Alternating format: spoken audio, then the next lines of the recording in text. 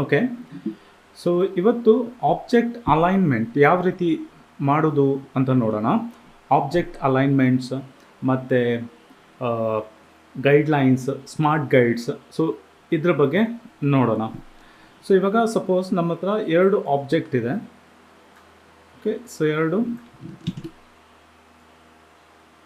Object ಇದೆ ಅಂದ್ಕೊಳ್ಳಿ. Okay, ಇದನ್ನು ಡುಪ್ಲಿಕೇಟ್ ಮಾಡ್ಕೊಳ್ತೀನಿ. ಸೊ ಡುಪ್ಲಿಕೇಟ್ ಮಾಡ್ಕೊಳ್ಳಿಕ್ಕೆ ಆಲ್ಟ್ ಪ್ರೆಸ್ ಮಾಡಿಬಿಟ್ಟು ಈ ರೀತಿ ಡ್ರ್ಯಾಗ್ ಮಾಡಿದರೆ ಡುಪ್ಲಿಕೇಟ್ ಆಗುತ್ತೆ.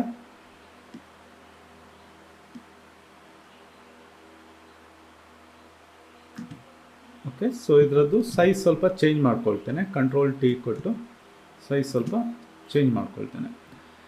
ಓಕೆ, ಸೊ ಇವಾಗ ಇಲ್ಲಿ 2 ಆಬ್ಜೆಕ್ಟ್ಸ್ ಇದೆ. ನನಗೆ ಈ ಆಬ್ಜೆಕ್ಟ್ ಇದರದ್ದು ಮೇಲೆ ಅಲೈನ್ ಆಗಬೇಕು ಅಂತಾದರೆ ಜಸ್ಟ್ ಇದನ್ನು ನಾವು ಮೂವ್ ಮಾಡುವಾಗ ನಿಮಗೆ ಅಲ್ಲಿ ಪಿಂಕ್ ಲೈನ್ಸ್ ಕಾಣಿಸ್ಬೋದು. ಸೊ ಈ ಪಿಂಕ್ ಲೈನ್ ಇಂಡಿಕೇಟ್ ಮಾಡುತ್ತೆ ಇದಿವಾಗ ಕರೆಂಟ್ಲಿ ಇನ್ನೊಂದು ಆಬ್ಜೆಕ್ಟ್ ಇದ್ದು ಟಾಪ್ಗೆ ಅಲೈನ್ ಆಗಿದೆ. ಸೊ ಈಸಿಯಾಗಿ ಅದು ಸ್ನ್ಯಾಪ್ ಆಗುತ್ತೆ ಅಲ್ಲಿ. ಸೊ ಅಲೈನ್ ಆಗುತ್ತೆ. ಸಪೋಸ್ ಈ ಆಬ್ಜೆಕ್ಟ್ನ ಬಾಟಮ್ಗೆ ಅಲೈನ್ ಮಾಡಬೇಕಂತಾದರೆ ಇದನ್ನು ಕೆಳಗಡೆ ಈ ರೀತಿ ಡ್ರ್ಯಾಗ್ ಮಾಡುವಾಗ ಪಿಂಕ್ ಲೈನ್ ಬರುತ್ತೆ. ಸೊ ಅಲ್ಲಿ ಇವಾಗ ನೋಡ್ಬೋದು ಇಂಡಿಕೇಟ್ ಮಾಡ್ತಾ ಇದೆ. ಸೊ ಇವಾಗ ಬಾಟಮ್ ಅಲೈನ್ಮೆಂಟ್ ಆಗಿದೆ. ಅದೇ ನನಗೆ 2 ಆಬ್ಜೆಕ್ಟ್ ಸೆಂಟರ್ ಅಲೈನ್ಮೆಂಟ್ ಆಗಬೇಕಂತಾದರೆ ಇದನ್ನು ಸ್ಲೈಟ್ಲಿ ಹೀಗೆ ಮೇಲೆ ಮೂವ್ ಮಾಡಿದ್ರೆ ಮಿಡ್ ಪಾಯಿಂಟ್ ಹತ್ರ ಬಂದಾಗ ಅಲ್ಲಿ ಸ್ನ್ಯಾಪ್ ಆಗುತ್ತೆ. ಸೊ ಇದು ಸೆಂಟರ್ ಅಲೈನ್ಮೆಂಟ್.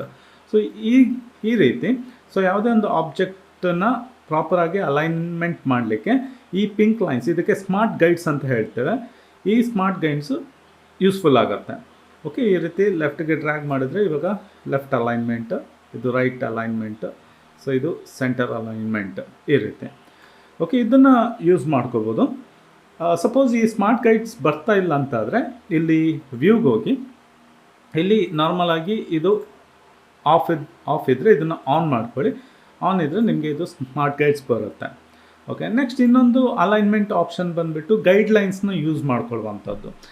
ಸೊ ಗೈಡ್ಲೈನ್ಸ್ ಇಲ್ಲಿ ಇವಾಗ ಸಪೋಸ್ ಇದು ಬೇರೆ ಬೇರೆ ಇದರಲ್ಲಿದೆ. ನಾನು ಇನ್ನೊಂದು ಆಬ್ಜೆಕ್ಟ್ ಡ್ರಾ ಮಾಡ್ಕೊಳ್ತೀನಿ, ಡಿಫ್ರೆಂಟ್ ವಿಡ್ತ್ ಹೈಟ್ ಇರುವಂಥದ್ದು. ಇದಕ್ಕೆ ಬೇರೆ ಕಲರ್ ಕೊಡೋಣ. ಓಕೆ, ಅದೇ ರೀತಿ ಈ ಆಬ್ಜೆಕ್ಟ್ಗೆ ಬೇರೆ ಕಲರ್ ಕೊಡೋಣ. ಓಕೆ, ಸೊ ಇವಾಗ ನಮ್ಮ ಹತ್ರ 3 ಆಬ್ಜೆಕ್ಟ್ಸ್ ಇದೆ. ಸೊ ಇದೆಲ್ಲವನ್ನು ನನಗೆ ಇಲ್ಲಿ ಲೆಫ್ಟ್ ಸೈಡ್ಗೆ ಅಲೈನ್ ಮಾಡಬೇಕು ಅಂತಾದರೆ ಸೊ ಗೈಡ್ಲೈನ್ಸ್ನು ಯೂಸ್ ಮಾಡ್ಬೋದು. ಸೊ ಗೈಡ್ಲೈನ್ಸ್ ಇಲ್ಲಿ ಲೆಫ್ಟಿಗೆ ಕ್ಲಿಕ್ ಮಾಡಿಬಿಟ್ಟು ರೈಟ್ಗೆ ಈ ರೀತಿ ಡ್ರ್ಯಾಗ್ ಮಾಡಿದರೆ ನಮಗೆ ಲೈನ್ ಬರುತ್ತೆ. ಇದು ಜಸ್ಟ್ ರೆಫರೆನ್ಸಿಗೆ ಅಷ್ಟೇ, ಇದು ಪ್ರಿಂಟಲ್ಲಿ ಬರಲ್ಲ, ಡಿಸೈನ್ ಪ್ರಿಂಟಲ್ಲಿ ಬರಲ್ಲ. ಸೊ ಇದು ಇವಾಗ ನಾನು ಗೈಡ್ಲೈನ್ಸ್ ಹಾಕಿದ್ದೀನಿ. ಇನ್ನು ಈ ಆಬ್ಜೆಕ್ಟ್ನ ಈ ರೀತಿ ಲೆಫ್ಟಿಗೆ ಅಲೈನ್ ಮಾಡ್ಬೋದು. ಸೊ ಇದರ ಎಕ್ಸಾಕ್ಟ್ ಕೆಳಗಡೆ ಲೆಫ್ಟ್ ಸೈಡ್ಗೆ ಬರಲಿಕ್ಕೆ ಈ ಆಬ್ಜೆಕ್ಟ್ನ ಈ ರೀತಿ ಕ್ಲಿಕ್ ಮಾಡಿ ಡ್ರ್ಯಾಗ್ ಮಾಡ್ಬೋದು. ಆಮೇಲೆ ಈ ಆಬ್ಜೆಕ್ಟ್. ಓಕೆ, ಸೊ ಈ ರೀತಿ ಗೈಡ್ಲೈನ್ಸ್ನು ಯೂಸ್ ಮಾಡ್ಕೋಬೋದು ಅಲೈನ್ಮೆಂಟ್ ಮಾಡಲಿಕ್ಕೆ. ಸೊ ಅದು ನಿಮಗೆ ವರ್ಟಿಕಲ್ ಅಲೈನ್ಮೆಂಟ್ ಮಾಡಲಿಕ್ಕಿದ್ರೆ ಇಲ್ಲಿ ಮೇಲೆ ರೂಲರ್ ಮೇಲೆ ಇನ್ನೊಂದು, ಸಪೋಸ್ ನಿಮಗೆ ಇದು ರೂಲರ್ ನಿಮ್ಮಲ್ಲಿ ಕಾಣಿಸ್ತಾ ಇಲ್ಲ ಅಂತಾದರೆ ಇಲ್ಲಿ ವ್ಯೂಗೆ ಹೋಗಿ ಇಲ್ಲಿ ರೂಲರ್ ಆಪ್ಷನ್ ಇರುತ್ತೆ, ಆಫ್ ಇರುತ್ತೆ. ಸೊ ಇದನ್ನು ಆನ್ ಮಾಡ್ಕೊಳ್ಳಿ. ಶಾರ್ಟ್ಕಟ್ ಬಂದುಬಿಟ್ಟು Ctrl-R. ಓಕೆ, Ctrl-R ಕೊಟ್ಟರೆ ರೂಲರ್ ಆನ್ ಆಫ್ ಆಗುತ್ತೆ.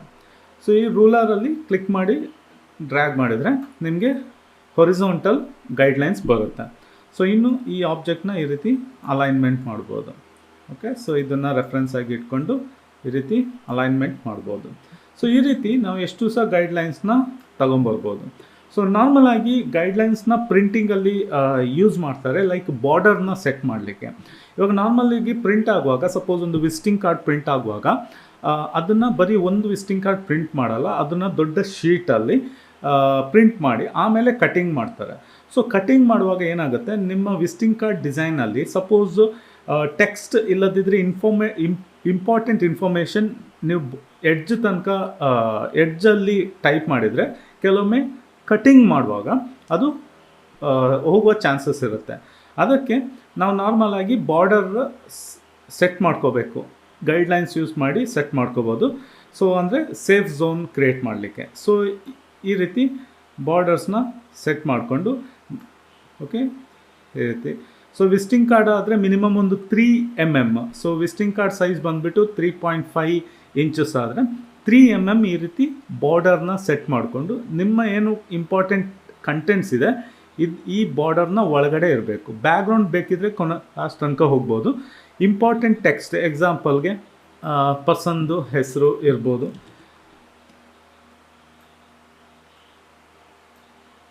ಓಕೆ, ಸೊ ಹೆಸರು ಇರ್ಬೋದು, ಇಲ್ಲದಿದ್ದರೆ contact number. Okay, so contact number.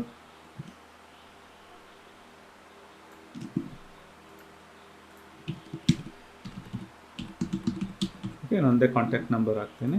ಮತ್ತು ಮೇ ಬಿ ಕೆಳಗಡೆ ಅಡ್ರೆಸ್ ಆದರೆ, ಸೊ ಈ ಎಲ್ಲ ಇನ್ಫಾರ್ಮೇಷನ್, ಹೆಸರು, ಕಾಂಟ್ಯಾಕ್ಟ್ ನಂಬರ್, ಈ ಎಲ್ಲ ಇನ್ಫಾರ್ಮೇಷನ್ ಏನಿದೆ ಈ ಸೇಫರ್ ಝೋನ್ನಿಂದ, ಈ ಬಾರ್ಡರ್ನಿಂದ ಒಳಗಡೆ ಇಟ್ಟರೆ ಕಟ್ಟಿಂಗಲ್ಲಿ ಇನ್ಫಾರ್ಮೇಷನ್ ಹೋಗೋಲ್ಲ. ಸಪೋಸ್ ನೀವು ಗೈಡ್ಲೈನ್ಸ್ ಇಲ್ಲ ಅಂತಾದರೆ ನಿಮಗೆ ಸಪೋಸ್ ಎಡ್ಜ್ ತನಕ ಈ ರೀತಿ ಸೆಟ್ ಮಾಡಿದ್ರೆ ಕೆಲವೊಮ್ಮೆ ಕಟ್ಟಿಂಗಲ್ಲಿ ಇನ್ಫಾರ್ಮೇಷನ್ಸ್ಗಳು ಹೋಗೋ ಚಾನ್ಸಸ್ ಇರುತ್ತೆ. ಅದಕ್ಕೆ ನಾವು ಇದನ್ನು ಸ್ಮಾರ್ಟ್ ಈ ಗೈಡ್ಲೈನ್ಸ್ಗಳನ್ನ ಸೇಫ್ ಝೋನ್ ಕ್ರಿಯೇಟ್ ಮಾಡಲಿಕ್ಕೆ ಯೂಸ್ ಮಾಡ್ಕೋಬೋದು ಈ ರೀತಿ. ಸೊ ಇಲ್ಲಿ ನೋಡ್ಬೋದು, ಇವಾಗ ಒಂದು ಟೆಕ್ಸ್ಟ್ ಇಲ್ಲಿದೆ. ನನಗೆ ಈ ಕಾಂಟ್ಯಾಕ್ಟ್ ನಂಬರ್ ಎಕ್ಸಾಕ್ಟ್ ಇದರ ಫ್ರೆಂಡ್ ಬೇಕಂತಾದರೆ ಸೊ ಈ ರೀತಿ ನಾನು ಕೆಳಗಡೆ ಸ್ನ್ಯಾಪ್ ಮಾಡುವಾಗ ಅಲ್ಲಿ ನೋಡ್ಬೋದು ಪಿಂಕ್ ಲೈನ್ ಬರ್ತಾ ಇದೆ. ಸೊ ನನಗೆ ಇದರದ್ದು ಎರಡು ಇವಾಗ ಸೇಮ್ ಲೈನಲ್ಲಿದೆ, ಸೇಮ್ ಬೇಸ್ ಲೈನಲ್ಲಿ ಇದೆ. ಸೊ ಈ ರೀತಿ ಸ್ಮಾರ್ಟ್ ಗೈಡ್ಸ್ಗಳು ಯೂಸ್ ಆಗುತ್ತೆ. Alignment, text, object, shape alignment ಮಾಡಲಿಕ್ಕೆ ಯೂಸ್ ಆಗುತ್ತೆ. ನೆಕ್ಸ್ಟ್ ಇನ್ನು ಬೇರೆ ಆಪ್ಷನ್ ಬಂದುಬಿಟ್ಟು ಅಲೈನ್ ಆಪ್ಷನ್ಸ್ಗಳಿದೆ. ಸೊ ಅಲೈನ್ ಆಪ್ಷನ್ಗೆ ಇವಾಗ ಸಪೋಸ್ ಈ 3 ರೆಕ್ಟ್ಯಾಂಗಲ್ ಶೇಪ್ಸ್ಗಳನ್ನ ಟಾಪ್ ಅಲೈನ್ಮೆಂಟ್ ಮಾಡಲಿಕ್ಕೆ ಇದನ್ನು ಸೆಲೆಕ್ಟ್ ಮಾಡ್ಕೊಳ್ಳುವಂಥದ್ದು.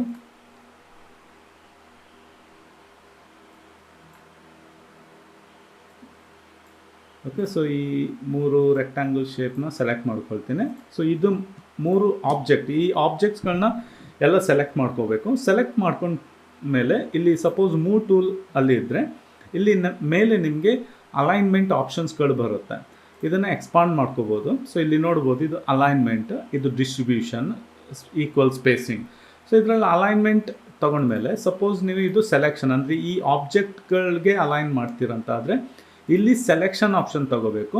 ಸಪೋಸ್ ಕ್ಯಾನ್ವಸ್ ಅಂದರೆ ನಿಮ್ಮ ಡ್ರಾಯಿಂಗ್ ಪೇಜ್ಗೆ ನೀವು ಅಲೈನ್ಮೆಂಟ್ ಮಾಡ್ತೀರಂತಾದರೆ ಕ್ಯಾನ್ವಸ್ ತೊಗೋಬೇಕು. ಸೊ ಅದು ಏನು ಅಂತ ತೋರಿಸ್ತೀನಿ. ಸೊ ಫಸ್ಟ್ ಇವಾಗ ನಾನು ಸೆಲೆಕ್ಷನ್ ತೊಗೊಳ್ತೀನಿ. ಸೆಲೆಕ್ಷನ್ ತೊಗೊಂಡು ಇವಾಗ ಈ 3 ಆಬ್ಜೆಕ್ಟ್ ಈ ರೀತಿ ಟಾಪ್ ಅಲೈನ್ಮೆಂಟ್ ಆಗಬೇಕಂತಾದರೆ ಇದು ಹೊರಿಜಾಂಟಲ್ ಅಲೈನ್ಮೆಂಟ್. ಇಲ್ಲಿ ಇದನ್ನು ಕ್ಲಿಕ್ ಮಾಡಿದರೆ ಎಲ್ಲ 3 ಆಬ್ಜೆಕ್ಟ್ಸ್ಗಳು ಓಕೆ ಟಾಪ್ ಅಲೈನ್ಮೆಂಟ್ ಆಗುತ್ತೆ. ಸಪೋಸ್ ಇದನ್ನು ಕ್ಲಿಕ್ ಮಾಡಿದರೆ ಸೆಂಟರ್ ಅಲೈನ್ಮೆಂಟ್. ಸೊ ಎಲ್ಲ 3 ಆಬ್ಜೆಕ್ಟ್ಗಳು ಸೆಂಟರ್ ಅಲೈನ್ಮೆಂಟ್ ಆಗುತ್ತೆ. ಸೊ ಇಲ್ಲಿ ನೋಡ್ಬೋದು, ಇಲ್ಲಿ ಸಪೋಸ್ ರೂಲರ್ ತಂದರೆ ಓಕೆ ಎಲ್ಲ ಆಬ್ಜೆಕ್ಟ್ಗಳು ಸೆಂಟರ್ ಅಲೈನ್ಮೆಂಟ್ ಆಗುತ್ತೆ. ನೆಕ್ಸ್ಟ್ ಇದು ಥರ್ಡ್ ಆಪ್ಷನ್ ಬಂದುಬಿಟ್ಟು ಬಾಟಮ್ ಅಲೈನ್ಮೆಂಟ್. ಸೊ ಇವಾಗ ಎಲ್ಲ ಬೇಸ್ ಲೈನ್ ಬಾಟಮ್ ಅಲೈನ್ಮೆಂಟ್ ಆಗಿದೆ. ಸೊ ಇದು 3 ಆಪ್ಷನ್ ಬಂದುಬಿಟ್ಟು ಆಬ್ಜೆಕ್ಟ್ಸ್ಗಳನ್ನ ಹೊರಿಜಾಂಟಲ್ ಅಲೈನ್ಮೆಂಟ್ ಮಾಡಲಿಕ್ಕಿದ್ರೆ, ಸಪೋಸ್ ಇವಾಗ ಆಬ್ಜೆಕ್ಟ್ಗಳು ಈ ರೀತಿ ಇದೆ ಅಂದರೆ vertical alignment ಮಾಡಲಿಕ್ಕಿದ್ರೆ, okay vertical alignment ಮಾಡಲಿಕ್ಕಿದ್ರೆ again same ಎಲ್ಲ 3 ಆಬ್ಜೆಕ್ಟ್ನ ಸೆಲೆಕ್ಟ್ ಮಾಡಿಕೊಂಡು ಈ ಆಪ್ಷನ್ ಯೂಸ್ ಮಾಡಬೇಕು. ಸೊ ಇದು ಬಂದುಬಿಟ್ಟು ಲೆಫ್ಟ್ ಅಲೈನ್ಮೆಂಟ್. ಸೊ ಎಲ್ಲ ಎಕ್ಸ್ಟ್ರೀಮ್ ಲೆಫ್ಟಿಗೆ ಅಲೈನ್ ಆಗುತ್ತೆ. ಇದು ಸೆಂಟರ್ ಅಲೈನ್ಮೆಂಟ್, ಇದು ರೈಟ್ ಅಲೈನ್ಮೆಂಟ್. ಓಕೆ, ಸೊ ಇದು ಇವಾಗ ಅಲೈನ್ಮೆಂಟ್ ಆಯಿತು. ಸಪೋಸ್ ನಿಮಗೆ ಈಕ್ವಲ್ ಸ್ಪೇಸಿಂಗ್ ಬೇಕು. ಓಕೆ, ಸಪೋಸ್ ನಾನು ಇದನ್ನು ಚೇಂಜ್ ಮಾಡ್ತೀನಿ. ಓಕೆ, ಸೊ ಇಲ್ಲಿ ಇವಾಗ ನನಗೆ ಈಕ್ವಲ್ ಸ್ಪೇಸಿಂಗ್ ಬೇಕು ಅಂತಾದರೆ ಇದರಲ್ಲಿ ಡಿಸ್ಟ್ರಿಬ್ಯೂಟ್ ಆಪ್ಷನ್ ಇದೆ, ಇಲ್ಲಿ ಡಿಸ್ಟ್ರಿಬ್ಯೂಟ್ ಸ್ಪೇಸಿಂಗ್ ಅಂತ. ಸೊ ಇಲ್ಲಿ ವರ್ಟಿಕಲ್ ಆದರೆ ಇದನ್ನು ಕ್ಲಿಕ್ ಮಾಡಬೇಕು. ಇದು ವರ್ಟಿಕಲ್ ಈಕ್ವಲ್ ಸ್ಪೇಸಿಂಗ್ನ ಕ್ರಿಯೇಟ್ ಮಾಡುತ್ತೆ. ಸೊ ಇಲ್ಲಿ ಇವಾಗ ನಾನು ಇದನ್ನು ಕ್ಲಿಕ್ ಮಾಡಿದರೆ ಇದು ಸ್ಪೇಸಿಂಗ್ ಏನಿದೆ ಈಕ್ವಲ್ ಇರುತ್ತೆ. ಓಕೆ, ಈ ಸ್ಪೇಸಿಂಗ್ ಈಕ್ವಲ್ ಇರುತ್ತೆ. ಅದೇ ಹೊರಿಜಾಂಟಲ್ ಆದರೆ ಅದರಲ್ಲಿ ಇದು ಕ್ಲಿಕ್ ಮಾಡಬೇಕು, horizontal equal spacing.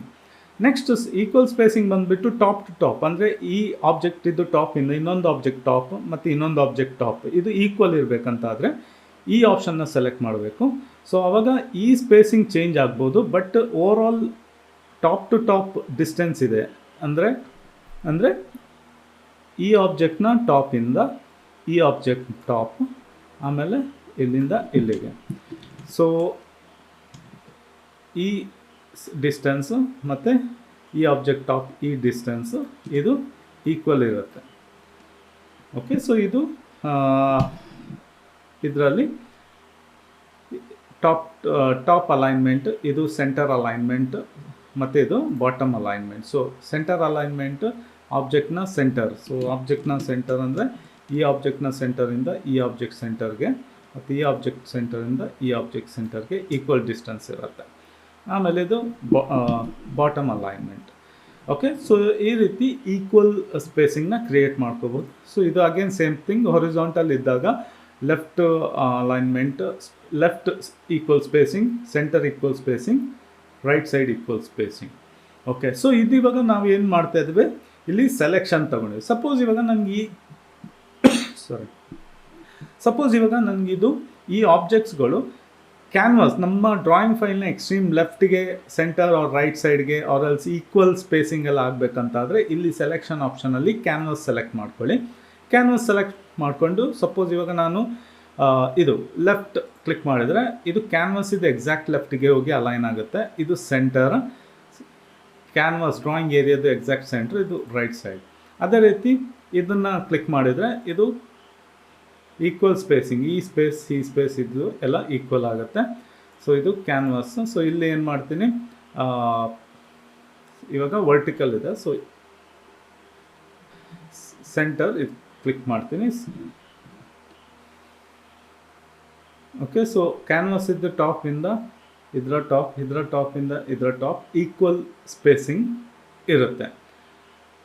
Okay, so ಇದು ಕ್ಯಾನ್ವಾಸ್. ಸೊ ಕ್ಯಾನ್ವಾಸ್ ಕೊಟ್ಟಾಗ ನೀವು ಇದು ಸೆಂಟರ್ ಈ ರೀತಿ ಅಲೈನ್ಮೆಂಟ್ ಮಾಡ್ಕೋಬೋದು. ಸೊ ಬರೀ ಸೆಲೆಕ್ಷನ್ಗಾದರೆ ಸೆಲೆಕ್ಷನ್ ಯೂಸ್ ಮಾಡಬೇಕು, ಡ್ರಾಯಿಂಗ್ ಫೈಲಿಗಾದರೆ ಕ್ಯಾನ್ವಾಸ್ ಸೆಲೆಕ್ಟ್ ಮಾಡ್ಕೋಬೇಕು. ಓಕೆ, ಸಪೋಸ್ ಇಲ್ಲಿ ನಿಮಗೆ ಈ ಗೈಡ್ಲೈನ್ಸ್ಗಳು ತುಂಬ ಆದಾಗ ನಿಮಗೆ ಪ್ರಾಪರಾಗಿ ಅಂದರೆ ಇಮೇಜ್ ಕ್ಲಿಯರಾಗಿ ನೋಡಲಿಕ್ಕೆ ಆಗಲ್ಲ, ಯಾಕಂದರೆ ಫುಲ್ ಗೈಡ್ಲೈನ್ಸ್ ಇರುತ್ತೆ. ಆವಾಗ ಇದನ್ನು ಟೆಂಪರರಿಯಾಗಿ ಹೈಡ್ ಮಾಡಲಿಕ್ಕೆ, ಗೈಡ್ಲೈನ್ಸ್ನ ಹೈಡ್ ಮಾಡಲಿಕ್ಕೆ ಕಂಟ್ರೋಲ್ H ಪ್ರೆಸ್ ಮಾಡಿ ಅದು ಹೈಡ್ ಆಗುತ್ತೆ. ಪುನಃ ಕಂಟ್ರೋಲ್ H ಪ್ರೆಸ್ ಮಾಡಿದರೆ ಪುನಃ ಬರುತ್ತೆ. ಓಕೆ, ಸೊ ಇದನ್ನು ಕಂಪ್ಲೀಟಾಗಿ ಲಾಕ್ ಮಾಡಬೇಕು. ಅಂದರೆ ಕೆಲವೊಮ್ಮೆ ನಾವು ಆಬ್ಜೆಕ್ಟ್ನ ಈ ರೀತಿ ಮೂವ್ ಮಾಡುವಾಗ ಕೆಲವು ಗೈಡ್ಲೈನ್ಸ್ ಸಹ ಮೂವ್ ಆಗುತ್ತೆ. ಸೊ ಅದಕ್ಕೆ ಗೈಡ್ಲೈನ್ಸ್ನ ಲಾಕ್ ಮಾಡಲಿಕ್ಕೆ ಇಲ್ಲಿ ವ್ಯೂ, ಇಲ್ಲಿ ಲಾಕ್ ಗೈಡ್ಸ್ ಅಂತ ಇದೆ. ಸೊ ಈ ಲಾಕ್ ಗೈಡ್ ಕೊಟ್ಟರೆ ಸೊ ಗೈಡ್ಲೈನ್ಸ್ ನೆಕ್ಸ್ಟ್ ಮೂವ್ ಆಗಲ್ಲ, ಆಬ್ಜೆಕ್ಟ್ ಅಷ್ಟೇ ಮೂವ್ ಆಗುತ್ತೆ. ಓಕೆ, ಸೊ ಇದು ಲಾಕ್ ಆಗುತ್ತೆ. ಪುನಃ ಅನ್ಲಾಕ್ ಮಾಡಲಿಕ್ಕೆ ಇಲ್ಲಿ ವ್ಯೂ ಲಾಕ್ ಅನ್ಲಾಕ್ ಮಾಡಿ ಜಸ್ಟ್ ಪುನಃ ಕ್ಲಿಕ್ ಮಾಡಿದರೆ ಅನ್ಲಾಕ್ ಆಗುತ್ತೆ. ಸೊ ಇವಾಗ ಗೈಡ್ಲೈನ್ಸ್ನ ಮೂವ್ ಮಾಡ್ಬೋದು. ಮತ್ತು ಗೈಡ್ಲೈನ್ಸ್ನ ರಿಮೂವ್ ಮಾಡಲಿಕ್ಕೆ, ಕ್ಲಿಯರ್ ಮಾಡಲಿಕ್ಕೆ ಇಲ್ಲಿ ಕ್ಲಿಯರ್ ಗೈಡ್ಸ್ ಅಂತ ಇದೆ. ಸೊ ಕ್ಲಿಯರ್ ಗೈಡ್ಸ್ ಮೇಲೆ ಕ್ಲಿಕ್ ಮಾಡಿ ಕಂಪ್ಲೀಟಾಗಿ ರಿಮೂವ್ ಮಾಡುತ್ತೆ. ಮತ್ತು ಪುನಃ ಬೇಕಿದ್ರೆ ರೂಲರ್ ಮೇಲೆ ಕ್ಲಿಕ್ ಮಾಡಿಬಿಟ್ಟು ಡ್ರ್ಯಾಗ್ ಮಾಡ್ಬೋದು. ನೆಕ್ಸ್ಟ್ ನೀವು ಈಗ ವರ್ಟಿಕಲ್ ಲೈನ್ ಬೇಕಾದರೆ ಇಲ್ಲಿ ಇಂದ ಕ್ಲಿಕ್ ಮಾಡಿ ಡ್ರ್ಯಾಗ್ ಮಾಡ್ತೀರಾ. ಆವಾಗ ನೀವು ಆಲ್ಟ್ ಪ್ರೆಸ್ ಮಾಡಿದರೆ ಅದು ಹೊರಿಜಾಂಟಲ್ ಗೈಡ್ಲೈನ್ ಆಗಿ ಕನ್ವರ್ಟ್ ಆಗುತ್ತೆ. ಆಲ್ಟ್ನ ರಿಲೀಸ್ ಮಾಡಿದರೆ ವರ್ಟಿಕಲ್ ಆಗುತ್ತೆ. ಈ ರೀತಿ ಸೇಮ್ ಥಿಂಗ್ ಹೊರಿಜಾಂಟಲಿಂದ ಡ್ರ್ಯಾಗ್ ಮಾಡುವಾಗ ಅದು ವರ್ಟಿಕಲ್ ಆಗಬೇಕಂತಾದರೆ ಆಲ್ಟ್ ಪ್ರೆಸ್ ಮಾಡಿ ಅದು ವರ್ಟಿಕಲ್ ಗೈಡ್ಲೈನ್ಸ್ ಆಗಿ ಕನ್ವರ್ಟ್ ಆಗುತ್ತೆ. ಸೊ ಫ್ರೆಂಡ್ಸ್, ಈ ರೀತಿ ಈ ಗೈಡ್ಲೈನ್ಸ್ಗಳು, ಸ್ಮಾರ್ಟ್ ಗೈಡ್ಸ್ಗಳು, ಅಲೈನ್ಮೆಂಟ್ ಆ್ಯಂಡ್ ಡಿಸ್ಟ್ರಿಬ್ಯೂಷನ್ ಆಪ್ಷನ್ಸ್ಗಳು ಆಬ್ಜೆಕ್ಟ್ಗಳನ್ನ ಸ್ಟ್ರೈಟ್ ಲೈನಲ್ಲಿ ಆರ್ ಎಲ್ಸ್ ಕ್ಯಾನ್ವಾಸ್ಗೆ ಪ್ರಾಪರಾಗಿ ಅಲೈನ್ ಮಾಡಲಿಕ್ಕೆಲ್ಲ ನಾವು ಯೂಸ್ ಮಾಡ್ಬೋದು. ಇದು ಬಂದುಬಿಟ್ಟು ಟೆಕ್ಸ್ಟು, ವೆಕ್ಟರ್ ಶೇಪ್ಸ್, ಆಬ್ಜೆಕ್ಟ್ಸ್ಗಳನ್ನ ಅಲೈನ್ ಮಾಡಲಿಕ್ಕೂ ಯೂಸ್ ಮಾಡ್ಬೋದು. ಆಬ್ಜೆಕ್ಟ್ ಅಂದರೆ ಇವನ್ ಇಮೇಜ್ ಆಬ್ಜೆಕ್ಟ್ಗಳನ್ನು ಅಲೈನ್ಮೆಂಟ್ ಮಾಡಲಿಕ್ಕೆ ಸಹ ಯೂಸ್ ಮಾಡ್ಕೋಬೋದು.